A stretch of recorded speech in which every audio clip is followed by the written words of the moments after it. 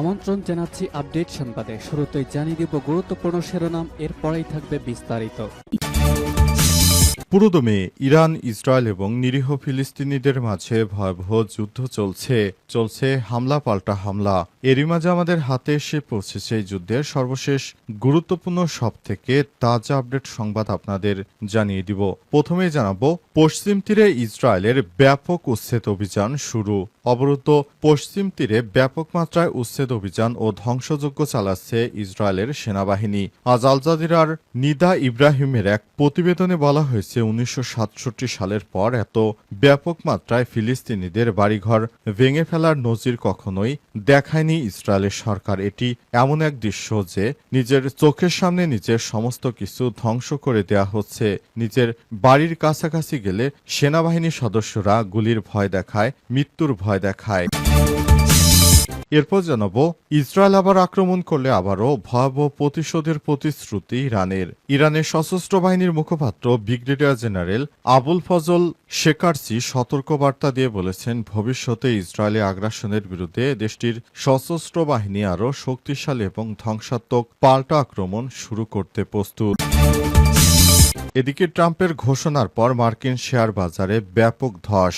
মার্কিন president Donald Trump আকস্মিকভাবে নিজস্ব সামাজিক যোগাযোগ মাধ্যম ট্রুথ সোশ্যালে একগুচ্ছ চিঠি প্রকাশ করেছেন। আজ ওয়াশিংটনের স্থানীয় সময় প্রকাশিত চিঠিতে বলা হয়েছে, আগামী 1 আগস্ট থেকে যুক্তরাষ্ট্র একাধিক দেশের উপর নতুন করে আমদানি শুল্ক আরোপ করতে যাচ্ছে। এটি পোস্ট করার পরই যুক্তরাষ্ট্রের শেয়ার বাজারে ব্যাপক হারে ধস নেমেছে। এদিকে যুক্তরাষ্ট্রে ছুটি কাটাতে গিয়ে আগুনে পুড়ে ভারতীয় একই পরিবারের সবাই নিহত। যুক্তরাষ্ট্রের ডালাসে একটি প্রাইভেট কার ও ট্রাকের মধ্যে সংঘর্ষে ভারতীয় এক পরিবারের সমস্ত সদস্য মারা গেছে। হায়দ্রাবাদের ওই একই পরিবারটি ছুটি কাটাতে যুক্তরাষ্ট্রে গিয়েছিল, সেখানেই তাদের মৃত্যু হল। এবং সর্বশেষ জানাবো, বিএনপির সঙ্গে চীনের রাষ্ট্রদূতের সাক্ষাৎ। বিএনপির মহাসচিব মির্জা ফখরুল ইসলাম আলমগীরের সঙ্গে চীনের রাষ্ট্রদূতের সাক্ষাৎ হয়েছে। সেখানে বিভিন্ন বিষয় নিয়ে তারা কথাবার্তা বলেছেন। প্রিয় দর্শক, এতক্ষণ শুনছিলেন সংবাদ শিরোনাম, এবারে বিস্তারিত। তবে তার আগে বন্ধুরা, অনুরোধ থাকবে এই সংবাদটিতে একটি লাইক দিন। এই চ্যানেলে আপনি নতুন হয়ে থাকলে আমাদের সংবাদটি দেখতে দেখতে চ্যানেলটি সাবস্ক্রাইব করে রাখুন। কমেন্ট করে বন্ধুরা আপনার মূল্যবান মতামত জানিয়ে দিন আপনি বিশ্বের কোন দেশ থেকে বা বাংলাদেশের কোন স্থান থেকে আমাদের সংবাদটি দেখছেন এবং শুনছেন। আর বন্ধুরা, গাজা যুদ্ধে আপনি যদি নিরীহ ফিলিস্তিনিদের ভালোবেসে থাকেন, কমেন্টে ইয়েস লিখে বিশ্ববাসীকে জানিয়ে দিন। সংবাদটি আপনার সোশ্যাল মিডিয়া ফেসবুকে শেয়ার করে বন্ধুদেরও দেখার সুযোগ করে দিন। এবারে বিস্তারিত। পশ্চিম তীরে ইসরায়েলের ব্যাপক উচ্ছেদ অভিযান। অবরুদ্ধ পশ্চিম তীরে ব্যাপক মাত্রায় উচ্ছেদ অভিযান ও ধ্বংসযজ্ঞ চালাচ্ছে ইসরায়েল। আল জাজিরার নিদা ইব্রাহিমের এক প্রতিবেদনে বলা হয়েছে, 1967 সালের পর এত ব্যাপক মাত্রায় ফিলিস্তিনিদের বাড়িঘর ভেঙে ফেলার কাজ আগে কখনোই করেনি ইসরায়েলের সরকার। তিনি তার প্রতিবেদনে বলেছেন, এমন দৃশ্য কল্পনা করা যায় না। যতবার আপনি নিজের বাড়ির কাছাকাছি যাচ্ছেন, ততবার একজন সেনা আপনার দিকে বন্দুক তাক করছে। এমনকি আপনার বাড়িটির অস্তিত্ব টিকে আছে কিনা সে সম্পর্কে আপনার কোনো ধারণা নেই। অবরুদ্ধ পশ্চিম তীরে ফিলিস্তিনিদের এখন প্রতিদিনই এমন অভিজ্ঞতার মধ্য দিয়েই যেতে হচ্ছে। ফিলিস্তিনের বাড়িঘর জোর করে ভেঙে ফেলছে ইসরায়েল। 3টি শরণার্থী শিবির খালি করা হয়েছে।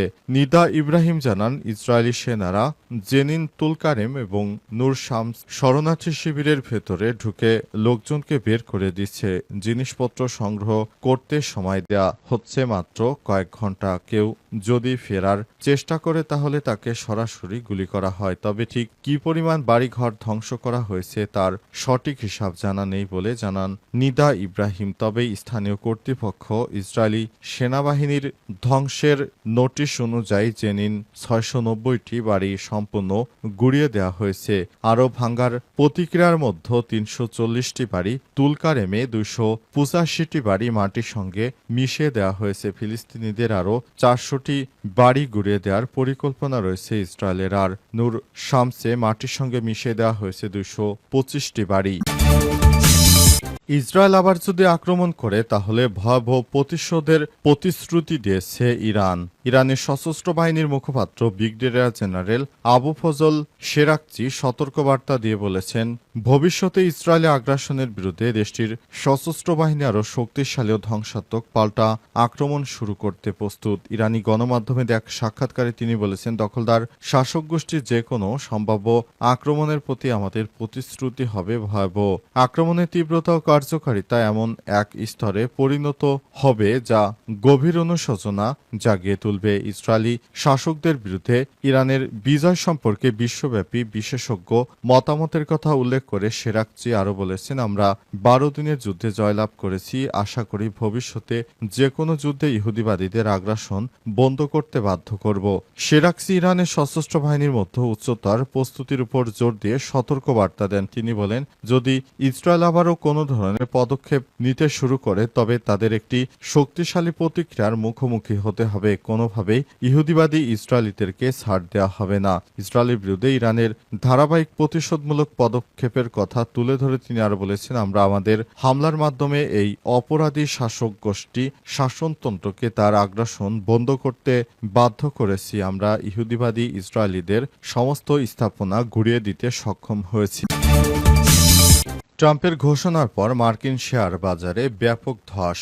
মার্কিন প্রেসিডেন্ট ডোনাল্ড ট্রাম্পের আকস্মিকভাবে নিজস্ব সামাজিক যোগাযোগ মাধ্যম ট্রুথ সোশ্যাল একগুচ্ছ চিঠি প্রকাশ করেছেন আজ ওয়াশিংটনের স্থানীয় সময় দুপুরে প্রকাশিত চিঠিগুলোতে বলা হয়েছে, আগামী 1 আগস্ট থেকে যুক্তরাষ্ট্র একাধিক দেশের উপর নতুন করে আমদানি শুল্ক আরোপ করতে যাচ্ছে। এই ঘোষণার পরপরই এর প্রভাব পড়েছে শেয়ার বাজারে। খোদ যুক্তরাষ্ট্রের শেয়ার বাজারেও পতন দেখা গেছে। যুক্তরাষ্ট্রের নিউ ইয়র্কের প্রধান পুঁজিবাজারে মাত্র 1 ঘন্টার মধ্যে বড় ধরনের পতন দেখা গেছে। ডাউ সূচক পড়ে যায় 422 পয়েন্টে। তবে আজ সকালে এশিয়ার শেয়ার বাজারগুলোতে চাঙা ভাব দেখা গেছে। ট্রাম্পের শুল্ক চিঠি ও তার আন্তর্জাতিক প্রতিক্রিয়ার কারণে এই পরিস্থিতি ঘনীভূত হয়েছে বলেই মনে করছে বিশ্লেষকরা। ট্রাম্পের এই ঘোষণার পরপরই টয়োটা, নিশান, হোন্ডা, এলজি এবং এসকে টেলিকমের মতো বড় বড় কোম্পানির শেয়ারের দাম দ্রুত পড়ে যায়। কোনো কোনো কোম্পানির শেয়ার বাজারে দরপতন হয়েছে 7% পর্যন্ত। যুক্তরাষ্ট্রের বিনিয়োগ কৌশলবিদ রস